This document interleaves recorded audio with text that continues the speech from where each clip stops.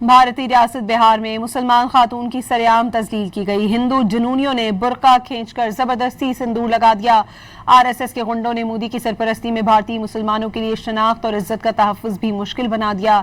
دی Hindustan gazette کے مطابق بہار کے ضلع نواڈا کے علاقے کھمل پور میں ہندو انتہا پسندوں نے مسلمان خاتون کو نقاب اتار کر سندور لگانے پر مجبور کیا۔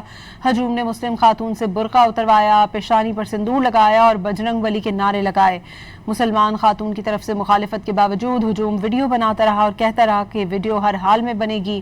مسلم خاتون کے وہاں سے اسکوٹر پر نکلنے کی کوشش کے باوجود ہجوم اس کا تعاقب کرتا رہا۔ اس سے قبل گزشتہ دسمبر میں بہار کے ہی وزیر اعلیٰ نتیش کمار نے ایک تقریب میں مسلمان خاتون ڈاکٹر کا نقاب کھینچا تھا۔ انتہا پسند مودی کے زیر اثر مسلمانوں اور دیگر اقلیتوں کے خلاف بڑھتے تشدد سے نام نہاد بھارتی سیکولرزم کے دعووں کی کلئی کھل چکی ہے۔